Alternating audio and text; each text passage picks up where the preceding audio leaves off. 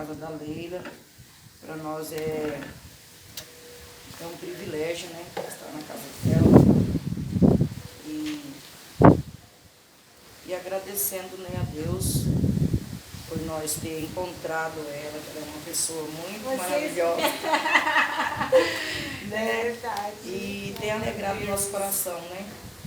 Tem alegrado o nosso coração e o carinho de ter preparado a sua casa, porque eu sei que fica no coração, né? Porque quando a gente vai fazer reunião na casa da gente, a gente passa o dia inteiro pensando naquilo, né?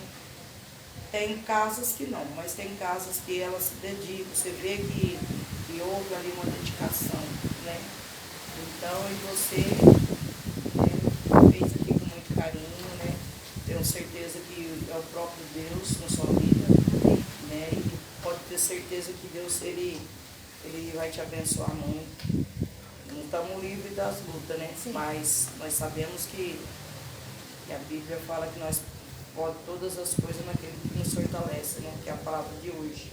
Então, eu vou estar lendo aqui em Filipenses 4 até o 13. Portanto, meus amados, muito queridos irmãos, minha alegria e coroa, estai assim firmes no Senhor. Amados, rogo a Evódia e rogo a Sinti que sintam o mesmo no Senhor. E peço também a ti, meu verdadeiro companheiro, que ajude essas mulheres que trabalham comigo no Evangelho. E com Clemente e com os outros cooperadores, cujos nomes estão no livro da vida. Regozijai-vos sempre no Senhor. Outra vez vos digo, regozijai-vos. Seja a vossa equidade notória a todos os homens. Perto está o Senhor. Não estejais inquietos por coisa alguma. Antes as vossas petições sejam em tudo conhecidas diante de Deus pela oração e súplica, com ação de graça. E a paz de Deus, que excede todo entendimento, guardará os vossos corações e os vossos sentimentos em Cristo Jesus. Quanto aos mais irmãos, tudo que é verdadeiro, tudo que é honesto, tudo que é justo, tudo que é puro, e tudo que é amável, tudo que é de boa fama, se há alguma virtude e se há algum louvor, nisto pensai. E o que também aprendeste e recebeste, ouviste e viste em mim, isso fazei. E o Deus de paz será convosco.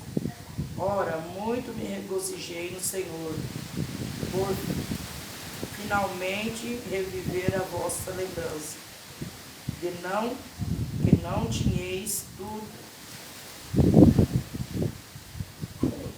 a vossa lembrança de mim, pois já vos tinhais lembrado, mas não tinhais tido oportunidade. Não digo isto por necessidade, porque já aprendi a contentar-me com tudo que tenho. Sei estar abatido e sei também estar em abundância.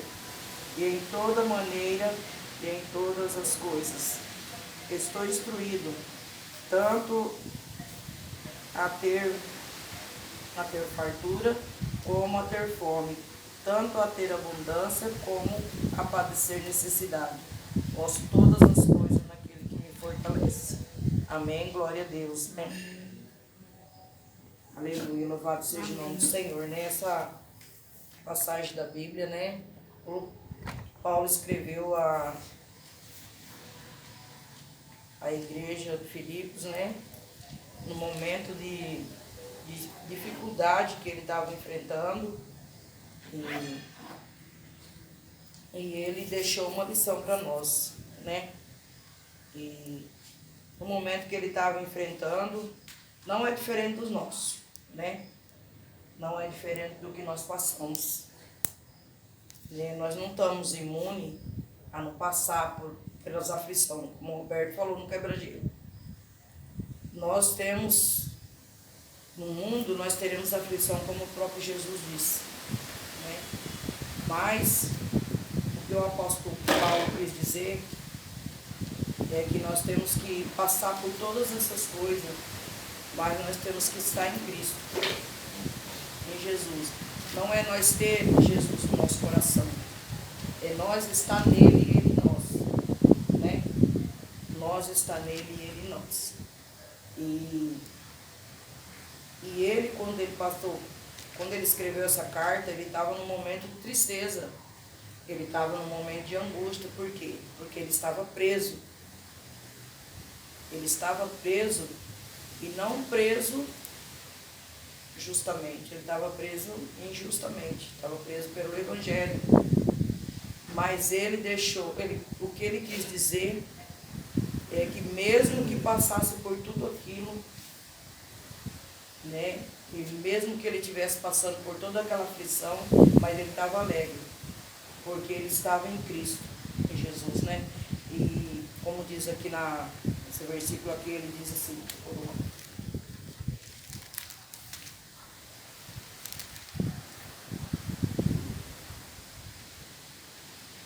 sei estar abatido e sei também estar em abundância. E em toda maneira, em todas essas coisas, estou instruído, tanto a ter fartura como a ter fome, tanto a ter abundância como a padecer necessidade. Então ele foi instruído por Deus, ele aprendeu com Deus a passar por todas essas coisas.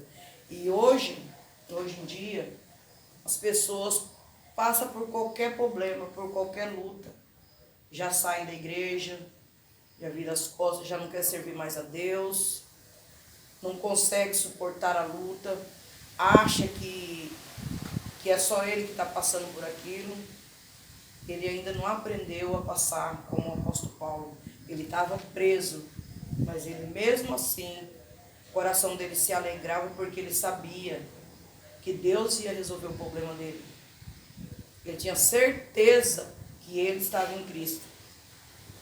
E o que nós aprendemos com essa lição que ele deixou para nós, é que nós também temos que ser que nem Paulo. Nós temos que aprender a passar pelas coisas, a passar pela luta, não se desesperar, não se deixar levar pelas coisas, não desviar o nosso pensamento de Deus e não deixar de glorificar o nome dele, porque às vezes as pessoas eles querem glorificar a Deus só quando está tudo bem, né? Está tudo bem, mas na hora da luta, o primeiro pensamento, em vez deles pensar que ele está em Cristo, que ele tem um Deus para defender ele, que ele tem um Deus para resolver o problema dele, simplesmente ele se afasta da igreja. A gente fica triste porque eu falo, porque eu já tive experiência de muitas pessoas assim. Às vezes a gente leva as pessoas para a igreja, a gente luta com elas, luta, ajuda. Quando a pessoa se levanta, em vez deles continuar e correr atrás também para ajudar e lembrar daquilo que ele passou, daquilo que ele viveu e ele foi socorrido, Deus usou alguém para levantar ele, em vez dele também correr para socorrer os outros, o que ele faz? Tá tudo bem, eles se afastam da gente, se afastam da igreja e se afastam de Deus. E aí a gente fica com o coração da gente triste. Eu fico pensando, nós que não somos dono da vida dele, que não somos Deus, que não demos o nosso filho para morrer por mim, por você, ficamos tristes. Imagine Deus. Como que Deus não fica? De ter enviado o filho dele para morrer, ter mostrado a salvação, ter dado direito, porque quando você aceita Cristo, você passa a ser herdeiro das coisas de Deus. Você começa a desfrutar das coisas do céu, né? Você começa a viver aqui na terra um pedacinho do céu. Porque você aprende, como Paulo está nos ensinando, você aprende a lutar por aquilo que você deseja ter, por as lutas que vêm sobre você. Lá em Isaías 43 fala: quando passares pelas águas, não vai te afogar. Quando passares pelo fogo, não vai te queimar. Então você pode passar, mas você não pode ficar na luta, você não pode ficar no problema.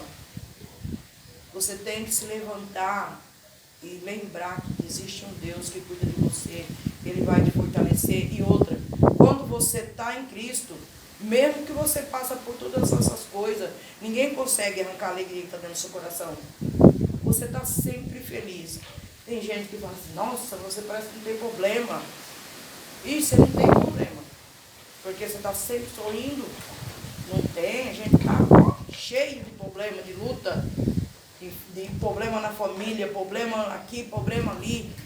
Mas nós aprendemos, como o apóstolo Paulo diz na palavra de Deus, ele aprendeu a ter muito e ter pouco. Ter as coisas e não ter nada. Deus fala: mas em todas essas coisas nós somos mais do que vencedores. Na palavra de Deus, ele diz: por tudo que eu estou passando, eu tenho certeza que eu vou vencer, sou mais do que vencedor em Cristo Jesus, né? E eu fico imaginando como que pode uma pessoa estar presa injustamente e escrever uma carta dessa, né? Uma carta de alegria, porque ele não escreveu carta de tristeza aqui. Aqui em nenhum momento ele mandou falando que ele reclamando da vida. Ah, é porque hoje eu não vou para a igreja. Ah, é por causa disso. Ah, é por causa daquilo. Não. Ele mandou uma carta de alegria. Ele falou aqui: regozijai-vos no Senhor. Outra vez vos digo, regozijai-vos. Mesmo ele estando passando por esse momento difícil na vida dele. Porque não é fácil a pessoa estar num lugar preso.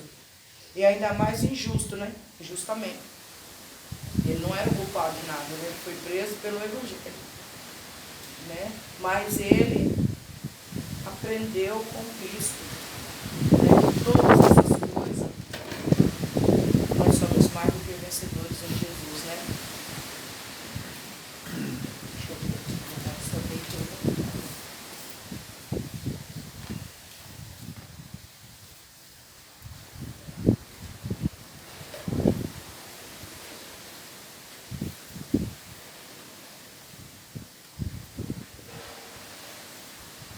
Que diremos, pois, essas coisas? Se Deus é por nós, quem será contra nós? Aquele a quem nem mesmo o seu próprio Filho poupou, antes o entregou por nós. Como nós não dará também com ele todas essas coisas? Quem tentará acusação contra os escolhidos de Deus?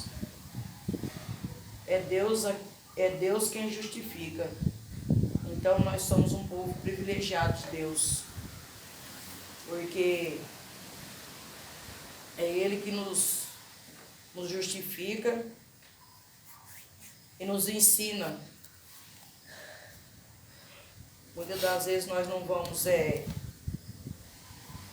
reivindicar quando somos injustiçados, né? Porque sabemos que é Deus que nos justifica.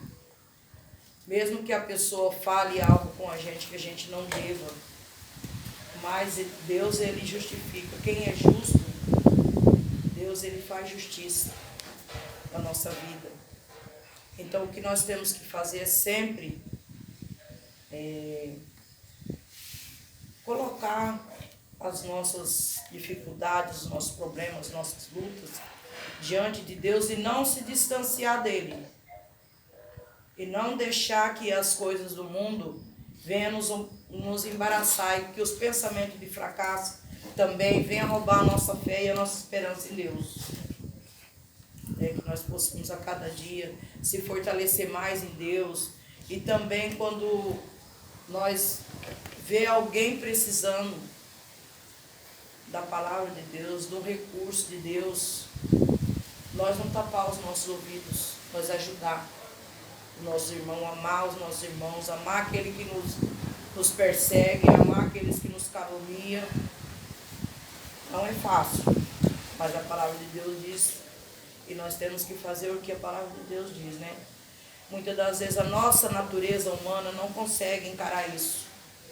Mas o amor de Deus, ele faz com que nós venhamos pensar em um ser humano com amor, assim como Deus nos amou, assim como Deus nos ensina na sua palavra, como nós vamos vencer, como nós vamos sair, entrar e sair. Em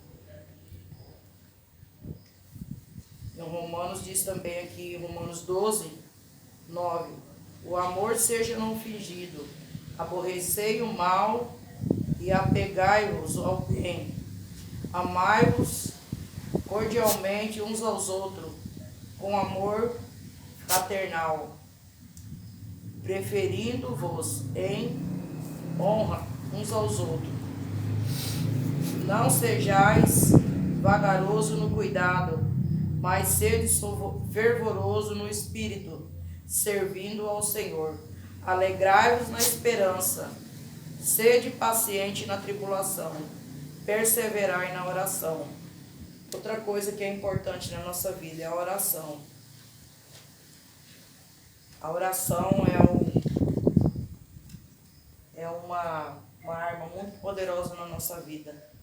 É onde nos leva mais perto de Deus. E muitas das vezes as pessoas elas não têm uma vida de oração, né? Não buscam essa vida de oração. E essa vida de oração é onde nós vamos estar mais perto de Deus, se reconciliar mais e mais com Ele. E aonde nós vamos adquirir força para vencer essas adversidades que vêm, para não levar para o vento, as tempestades, não levar nós para longe de Deus. Porque quando nós aproximamos de Deus na oração e na palavra de Deus, é onde o Espírito Santo ele fala com nós, fala no nosso coração, fala na nossa mente, né? E a gente tem essa força de vencer que não é nossa. Nós passamos por todas as aflições do mundo. E nós vencemos porque Deus ele nos fortalece através da oração, através da sua palavra. Não tem outro meio de nós chegar a ser vencedor, a não ser pela palavra de Deus. Aprendendo, como todos aqueles que viveu aqui na terra. Jesus também, né? Jesus, ele derramou o sangue dele por nós. A Bíblia fala que o suor dele saía sangue. Ele viveu aqui na terra, ele passou tudo que nós passamos hoje. E ele sendo Deus, mas ele queria deixar essa lição para nós. Porque ele sabia que nós ia precisar de tudo, toda essa palavra para fortalecer nós. Já pensou se nós não tivéssemos a Bíblia? O que seria de nós se nós não tivéssemos essa palavra? Porque quando a gente está triste, a gente corre logo na palavra, né? Abre a palavra de Deus, ou você ouve uma mensagem de alguém que está... Ou Deus envia alguém para ler uma palavra, para postar uma mensagem para você.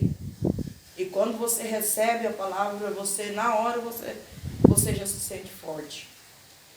Na hora, se você estiver chorando, você já enxuga as lágrimas, né? E já vai sorrir. Mesmo que a luta ainda continua, né? Porque a luta vai passando conforme nós vamos se enchendo como quebra-gelo. Você vai se enchendo, a luta vai diminuindo, né? Até você chegar em cima. Mas existe um caminho até você chegar em cima. E nós precisamos aprender com Deus. Para nós ser mais do que vencedores, nós temos que estar ligados na voz de Deus a cada dia, participando dos cultos e aprendendo. Porque nós não sabemos nada. Cada dia que passa, cada dia que nós lemos a palavra de Deus, nós aprendemos uma coisa nova. Tem hora que a gente está lendo a Bíblia e a gente fala, puxa, eu nunca imaginava que era assim, Senhor. Tem hora que eu estou lendo assim a Bíblia, eu falo, meu Deus, mas o Senhor é bom mesmo, hein? Sabe? Encanta a palavra de Deus, ela traz um refrigério para a nossa alma, ela traz uma calma, ela traz uma paz. Muitas das vezes, como lá diz lá no Salmo 46, ele é o nosso refúgio, fortaleza, socorro bem presente na hora da angústia. Às vezes você está angustiado, às vezes eu falo de mim. Eles moravam na fazenda, meu filho, o Tiago, tinha 6 meses na época. E quando eu fui embora para a fazenda, eu ainda não tinha, a Tânia e o Cristiano, eles eram muito pequenos. E nós fomos embora para a fazenda, e antes de eu ir para lá, a minha sogra me deu uma Bíblia velha, sem capa, faltando algumas páginas. Deus, ele já sabia do que eu ia precisar. Então ela me deu aquela Bíblia. Ela não tinha capa, bem velhinha, era dela. Estava faltando umas páginas da Bíblia. E eu guardei aquela Bíblia. Eu levei, passou um tempo, eu engravidei do meu filho, depois eu ganhei ele lá na fazenda, tudo, e ele estava com 6 meses. Daí deu uma febre nele, e a cidade era muito longe. Pra gente levar no médico, era 30 quilômetros, lá não tinha carro. E aí eu dei todo o remédio que tinha para ele de febre. Acabou e a febre dele subiu de uma vez. Aí ele deu convulsão. Ele ficou morto. Ele se entortou tudo, ele ficou tudo roxo. O rosto dele virou para trás e ele não se puxava assim duro. Na hora, olha pra você ver como Deus é. Na hora eu lembrei da Bíblia da minha sogra. Meu marido foi correndo chamar o homem para levar ele, carro longe, para buscar para levar ele. E eu lembrei da Bíblia que a minha sogra me deu. Aí eu peguei aquela Bíblia, dobrei meu joelho, ele morto lá. Eu abri assim a palavra, quando eu abria a Bíblia estava escrito assim: aquele que crê em mim, ainda que esteja morto, viverá. Na hora que falou assim, ó, eu senti na hora que Deus ia dar vida pro meu filho. Ele estava praticamente morto. Aí eu dobrei meu joelho e orei por ele. Aí quando meu marido chegou, aí pegamos ele, levamos ele no caminhão, levamos para a cidade. Quando chegou lá, o remédio que o médico deu, falou, vamos lá no banheiro, mãe, e você vai dar um banho nele. Quando ele já estava voltando. Aí dei um banho, fiquei com ele lá no banheiro, ele foi voltando, aí voltou, nós fomos para o quarto, passamos a noite ali, meu marido foi embora, no outro dia eu fui embora para casa com ele. Deus deu a vida para o meu filho. Você sabe que Deus, ele sabe tudo sobre nós, tudo que nós vamos passar. Por que que ela me deu aquela Bíblia? Porque ela sabia, Deus sabia que eu ia precisar daquela palavra. Porque onde era que eu ia achar uma Bíblia? Porque ali ninguém era crente, onde nós morávamos. Era uma colônia. 7 famílias moravam, mas ninguém era crente. Nem nós era crente também. Pois ela me deu aquela Bíblia, eu nunca esqueço. Toda vez que leio essa palavra na igreja, eu lembro do meu filho. Aquele que crê em mim, ainda que esteja morto, viverá. Deus deu a vida para o meu filho naquela hora.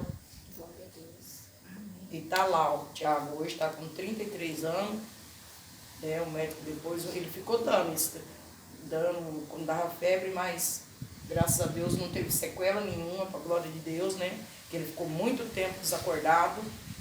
Então, a Bíblia, ela é a única verdade, ela é a vida, ela que segura nós, não deixa nós se prostrar perante Jesus, fortalece, dá vida, como deu vida para o meu filho, como tem as passagens da palavra de Deus que fala, filho da viúva, Lázaro. Quantos testemunhos, Lázaro, 4 dias morto, não é mentira, é verdade, porque Deus fez isso com Deus fez isso com meu filho, não foi com meu filho. Deus fez isso, porque se não fosse a mão de Deus, ele não tinha tido vida.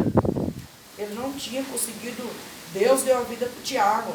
Por isso que ele sempre está na presença de Deus, grato a Deus, tudo que pede para ele fazer na obra de Deus, ele vai, ele faz com muito amor, com muito carinho, porque ele sabe que tinha 6 meses, mas eu conto, todo lugar que eu chego eu falo do testemunho que eu sei na vida do meu filho, e muitos outros,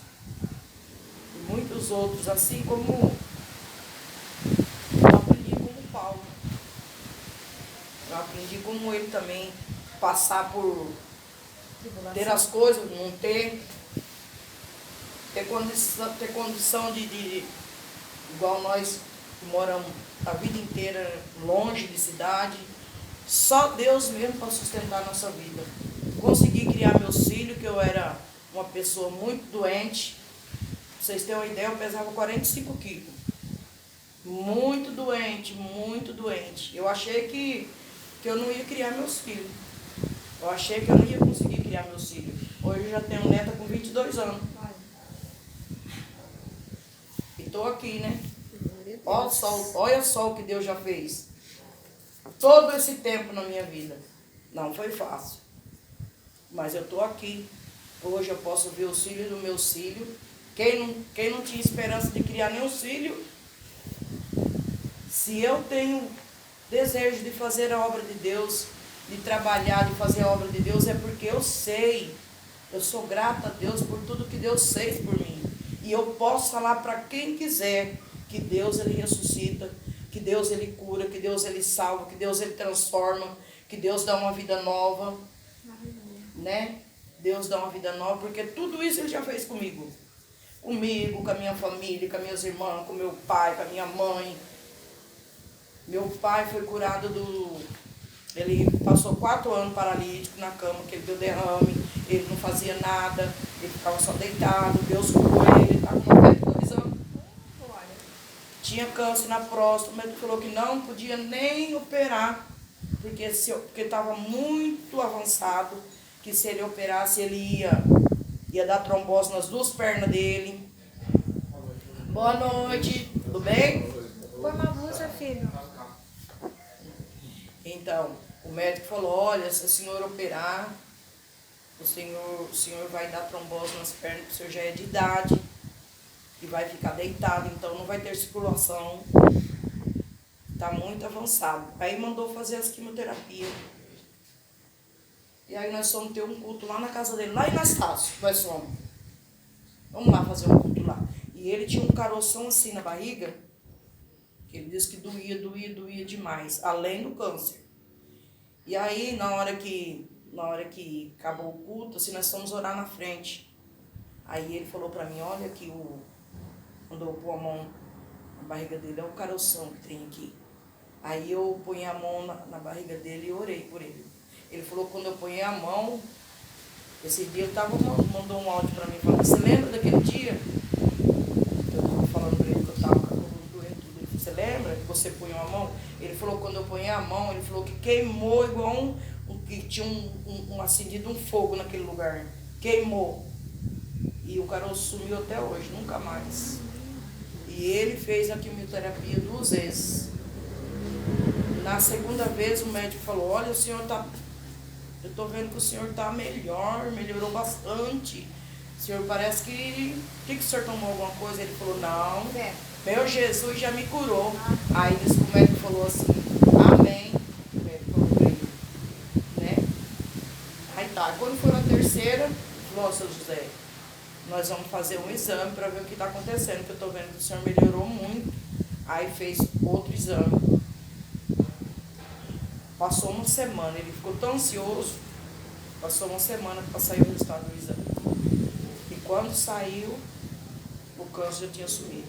Até hoje, graças a Deus, já está com 92 anos, não tem o câncer, Deus curou ele. E todo mundo, e ora pelas pessoas. Com 92 anos, ele vê uma pessoa que está precisando de oração, ele já ora e fala, já conta o testemunho dele. Então é isso que Deus quer de nós. Deus quer que nós aprenda com Ele. E nós ensine também as pessoas a entender que o milagre da nossa vida é Deus. E Ele quer que nós tenhamos essa vida. Ele quer que nós aprenda com Ele a passar por todas essas coisas e não desistir dEle. E não desistir de Deus. E continuar a nossa vida aqui na terra. Porque Jesus, Ele não enganou ninguém. Ele disse, no mundo tereis aflição, mas tem bom ânimo. Eu venci. Se Jesus venceu, nós também vamos vencer. Né? Em nome de Jesus. Amém? Amém. Deus abençoe a todos, né? Que o Espírito Santo possa falar e nós possamos